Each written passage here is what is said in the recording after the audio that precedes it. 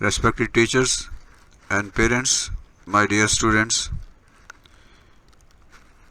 we are learning biology, class 9, chapter 1, introduction to biology, lesson number 7. The topic is Muslim scientist, and I am Dr. Mohammad Nasir Kiani. Welcome to my class.